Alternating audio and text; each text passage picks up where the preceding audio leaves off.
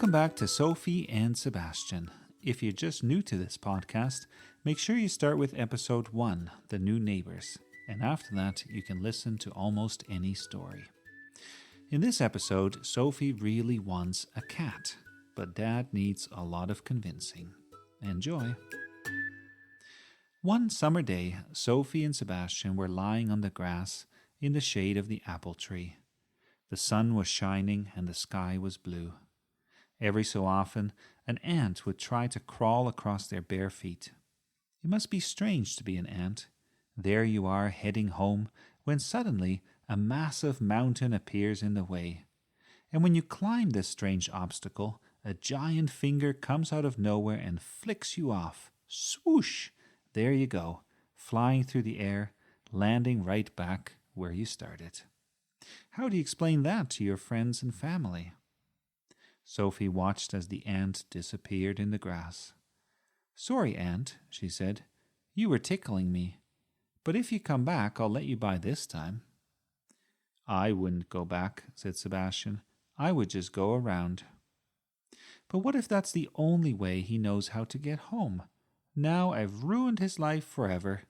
I do feel bad that I flicked him off." "It's just an ant," said Sebastian. "No," said Sophie, "it's not just an ant. It's a little guy going about his business and bothering no one. But that's the way it goes. When you're tiny, you can't let these things get you down. You just get back up and try again."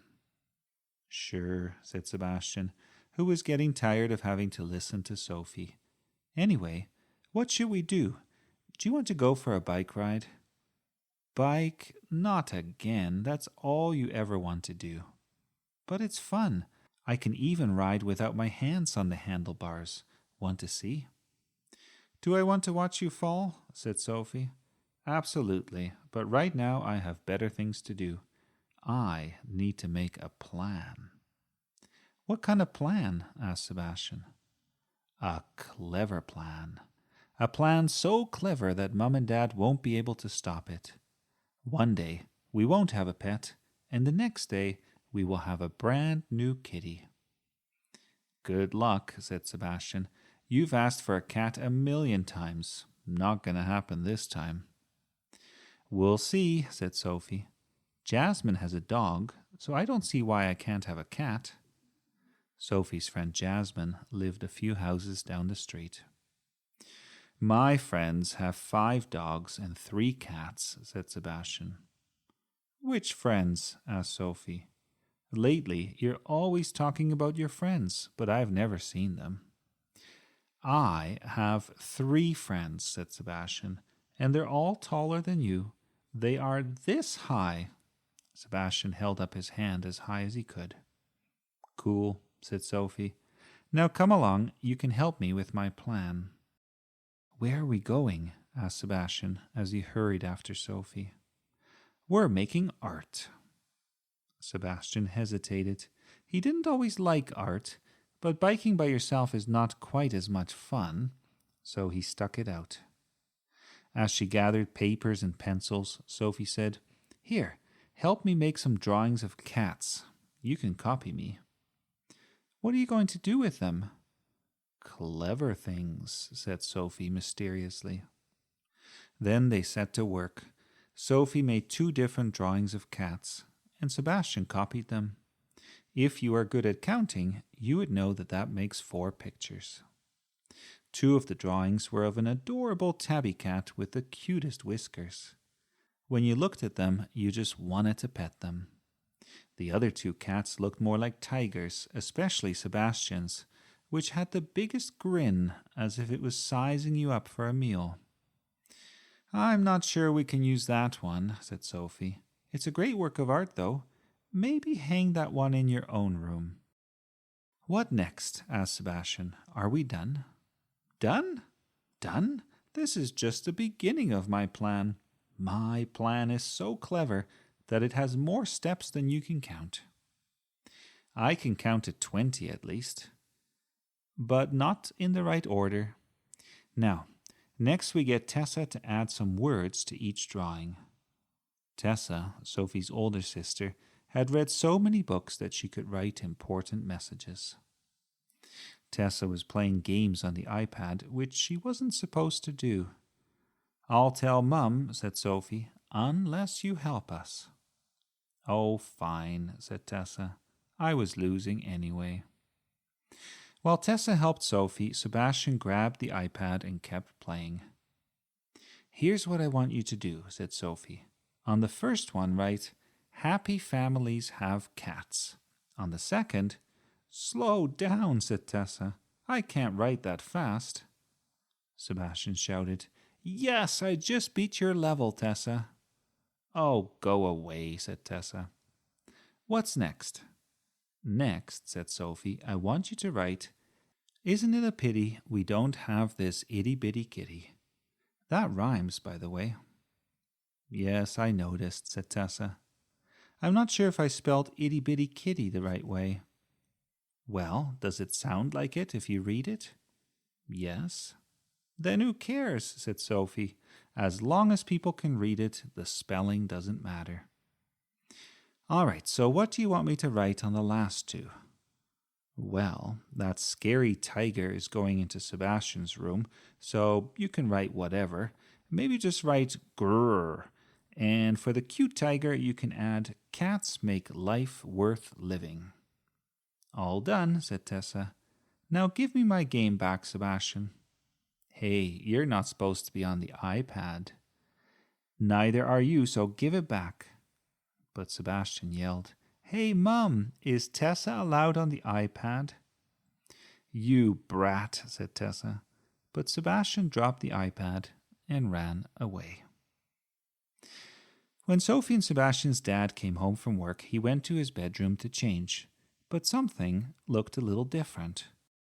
Where there had been a family photo, there was now a drawing of an orange and pink tabby cat with the words, "Happy families love cats" underneath. He was still thinking about work, so he didn't really notice. But when he walked through the hallway, there was another cat on the wall and another one on the fridge. He thought for a moment. Sophie, who was sitting on the couch, peeked at him. "Nice drawings, kids," said Dad finally. "But don't get your hopes up. We're not getting a cat. Too many of those in the world already. Plus, they kill all the songbirds, and I like birds." "But cats also kill mice," said Sophie, "and you know how happy that would make Mum." "I haven't seen any mice," said Dad. "Now, would you like me to read a story?" "Sure," said Sophie, "but you can pick." "From these two books," she added. Sophie's dad looked at the covers. "They're both about cats," he said. He sighed. The next day, Sophie and Sebastian were sitting in the living room when their dad walked in. He was reading a book and was about to sit down in his favorite chair. "Watch out, Dad," yelled Sophie. "You're about to sit on our cats." Sophie's dad took his nose out of his book. "Cats?" he asked. "What cats?" He looked confused. Sophie said, "Our new invisible pets, 2 cute kitties." "Invisible pets?" asked Dad. "Yes, we got them from Sebastian's friends, right, Sebastian?" "Yes," said Sebastian. "I have 10 friends, and they are all this tall." Sebastian held up his hand. But then he realized he was sitting down, so he stood up on the couch and did it again. Sophie continued, "Sebastian's friends told us we could have 2 of their invisible cats." "Really?" said Dad. "That's very sweet. And what are their names?" "The one on the left," explained Sophie, "is called Mountain. That's my cat." "And mine," said Sebastian. He thought for a moment. "Mine is called Jingle." "Interesting names," said Dad. "Not as strange as the names Tessa once gave to her favorite 2 stuffies. She called them Shampoo and Conditioner. But anyway, can't you move your invisible pets?" "They're sleeping at the moment," said Sophie. "You'll have to sit somewhere else." Dad grumbled and moved to a different chair. Sophie and Sebastian went back to looking at picture books. After a while, Dad walked to the kitchen to make some tea. Wherever he went, he kept reading his book. When he came back, he had a cup of tea in one hand and his book in the other. He was a little absent-minded because he had forgotten something important. He walked over to his favorite chair, and he sat down. Sophie looked up. "Oh, no," she said, "our cats. You just sat down on our cats. Poor Mountain, poor Jingle. They could be dead." Sophie's dad stood up. He felt in his chair. "I think they're probably okay. They're invisible anyway." "Just because something is invisible does not mean you can just ignore it," said Sophie firmly. She also felt in the chair. "Sebastian," she said, "your cat is still alive, but mine is dead. Poor Mountain. I loved her so much." She almost had a tear in her eye. Sophie's dad felt bad. "I'm sorry, Sophie," he said, "but maybe you can just get a new cat." "Can I?" asked Sophie. "How about a real one?" "What?" said Dad. "Was Mountain not a real cat? Was she not only invisible but also made up?" He laughed. "She was real to me," said Sophie.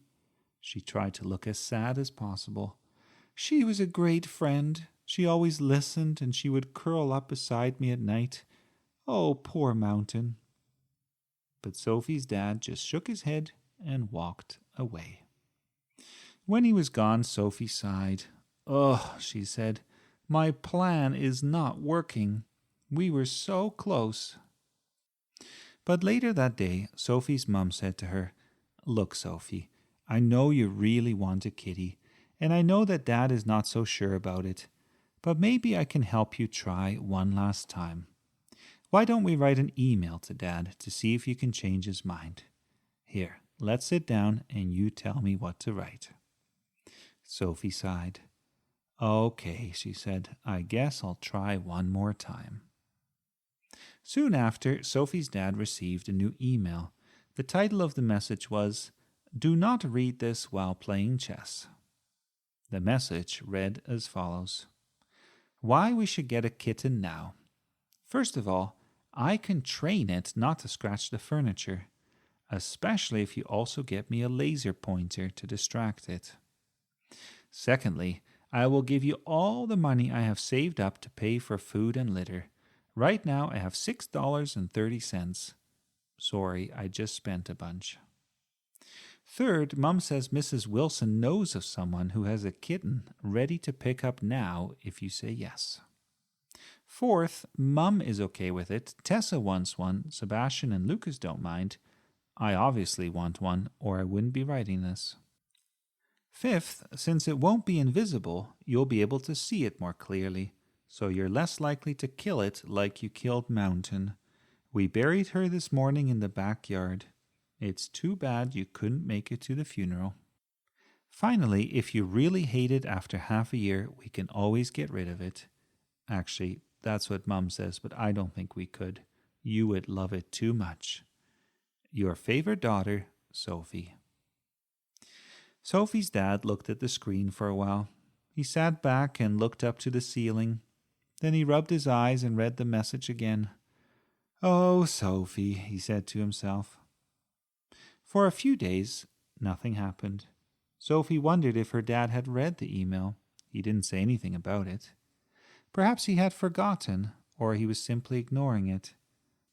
Should she say something, or should she wait a bit longer? Sophie was still wondering when Mum said, "Come with me to Mrs. Wilson's house. Her friend has brought a whole bunch of newborn kitties. You can hold them and pet them." Sophie and Sebastian ran across the road to Mrs. Wilson's house. There on the porch sat Mrs. Wilson and her friend, holding the cutest kittens you've ever seen.